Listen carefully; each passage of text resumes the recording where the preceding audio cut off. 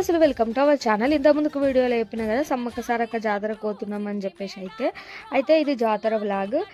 ఈ జాతర 3 రోజులు జరుగుతుంది కదా, బుధవారం, గురువారం, శుక్రవారం. మేము బుధవారం రోజు చెందెత్తును మా చిన్నమామ ఎత్తు బంగారం అయితే ఇచ్చేసినాం.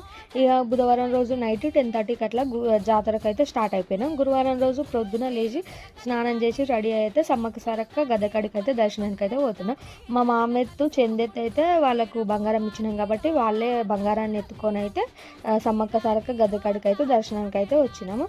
అయితే ఈ 3 రోజులలో మేము 2వ రోజు అంటే జాతర పోయినాం కాబట్టి దర్శనానికి ఎక్కువ జనాలు లేరు. చాలా అంటే చాలా ప్రశాంతంగా జరిగింది దర్శనం. ఎందుకంటే మేము హైదరాబాద్ పోవాలని చెప్పేసి అయితే మేము సెకండ్ రోజే ఇంటికైతే వచ్చేసినాం. ఇక దర్శనం చేసుకొని వండుకొని తినేసి అయితే ఇంటికైతే బయలుదేరినాం.